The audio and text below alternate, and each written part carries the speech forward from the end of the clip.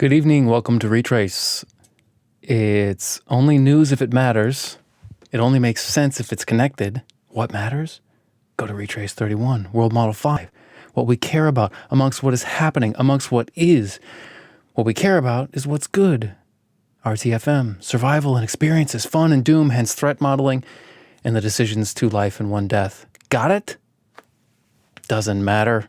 You don't have to get that. I do.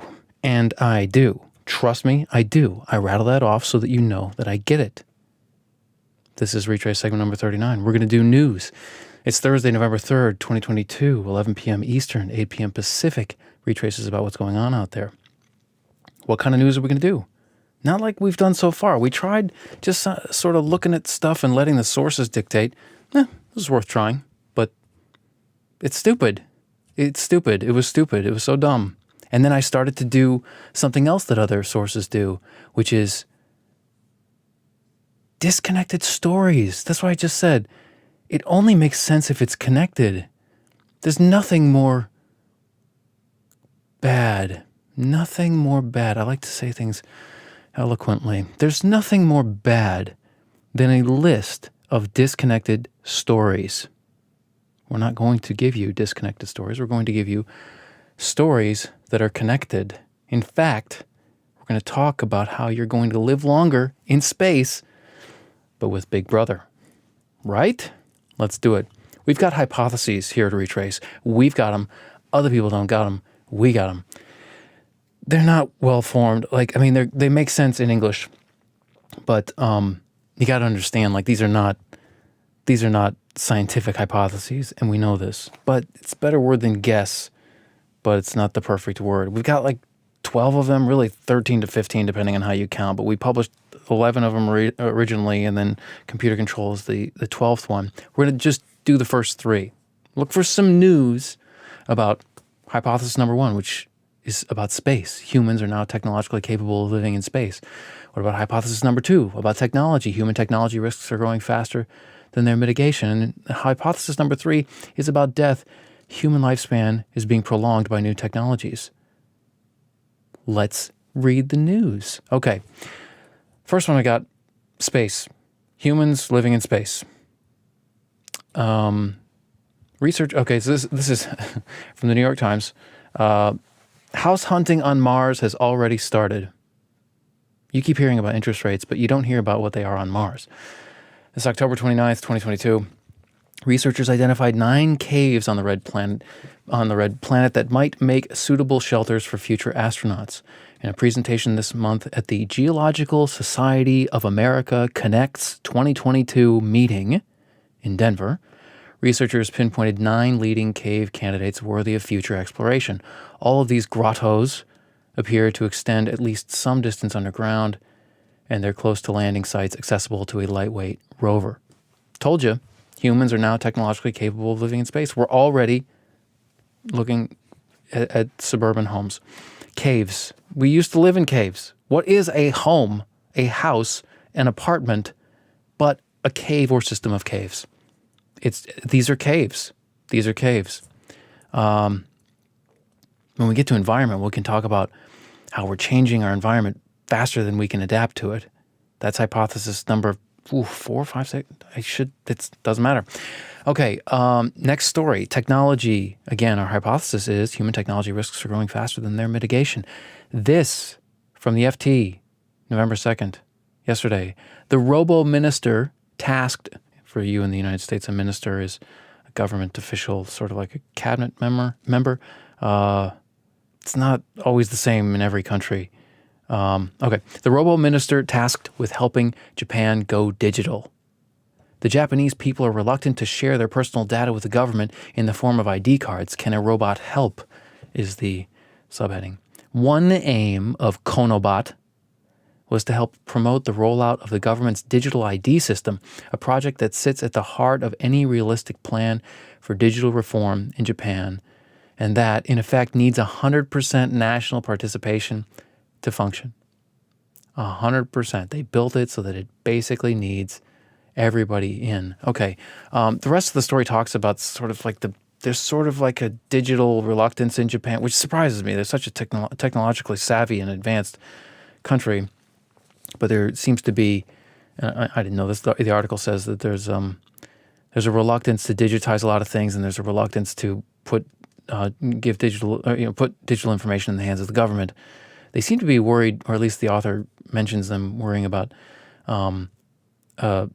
loss of the data, or data compromise at the hands of the government. Not Big Brother, which is what others, maybe English and Americans, worry more about. We'll get back to that. Also, compare that story to the new European political party being led by an artificial intelligence at futurism.com, which we talked about on Retraice number 32 on October 27th. Moving on. Hypothesis number 3. Death, human lifespan, is being prolonged by new technologies. How scientists want to make you young again. MIT Technology Review, October 25th, 2022. This was more of like a think piece, and it was part of a whole issue of the MIT Technology Review that was devoted to longevity. But news is news, right? Research labs are pursuing technology to reprogram aging bodies back to youth. Richard Klausner, he's not a researcher, but he's the chief of the company they're going to talk about, is the former head of the National Cancer Institute and one-time leader for global health at the Gates Foundation. He is the organizer and chief scientist at Altos Labs, a new research company seeded with more than $3 billion from ultra-wealthy figures in Silicon Valley and oil money from the Persian Gulf. Whoa. Klausner and his financiers had swept up dozens of top scientists offering salaries of $1 million and more and set them to work on a technology the company now calls rejuvenation programming.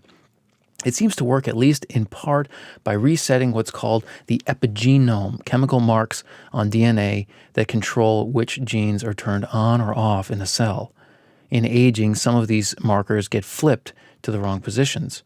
Reprogramming is a technology that can flip them back, but it can also change cells in dangerous ways, even causing cancer.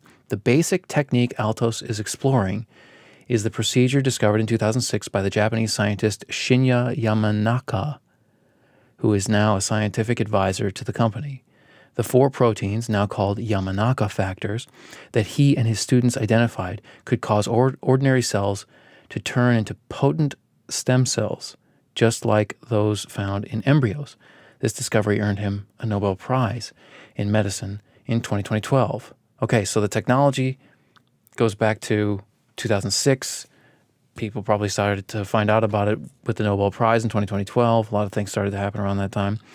And now they got $3 billion from Silicon Valley and the Saudis, right? A lot of the article talks about how the skeptics and the naysayers and how it really might be hype, and that why aren't they more clear about the evidence behind their technique? And then the company's spokespeople or leadership say weird things like, we're not going to even study whether this thing makes mice live longer. It's like, you're not even going to study that? And then they give sort of strategic reasons for why we should be focused on extending health and expanding, the 77-year American lifespan to the maximum that we know is possible, which is 122. And once we get to that, then we can start worrying about. But it just sounds like, it could be more hype. The technology is undoubtedly real, but they're talking about a technique that sort of rejuvenates cells, different kinds of tissues. We're not talking about something that necessarily scales to a whole creature or a whole human being. Okay, so we've got space, technology, and death. What are we going to be doing? We're going to be living longer, right? Maybe this thing doesn't work out, but the next thing will, or the next thing will. Eventually, we're going to crack this. We're already cracking it. There's a whole book I got over here about how it's Extra Life. Extra Life by Stephen Johnson.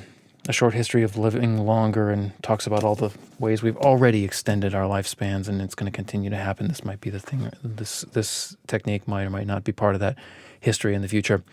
We're going to be living longer. We're going to be living in space because we found caves on Mars, so we can live there now.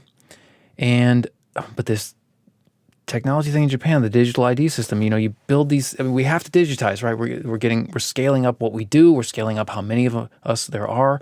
You need to use machines to cope with that scale.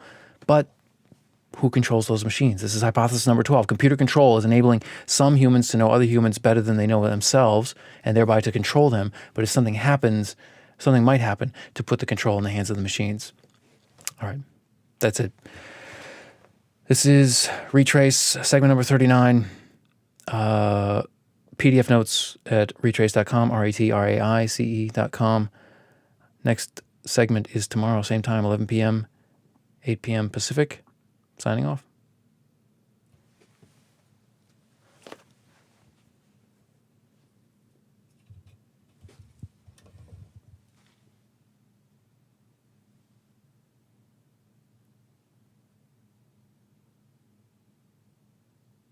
Really, I am going to sign off.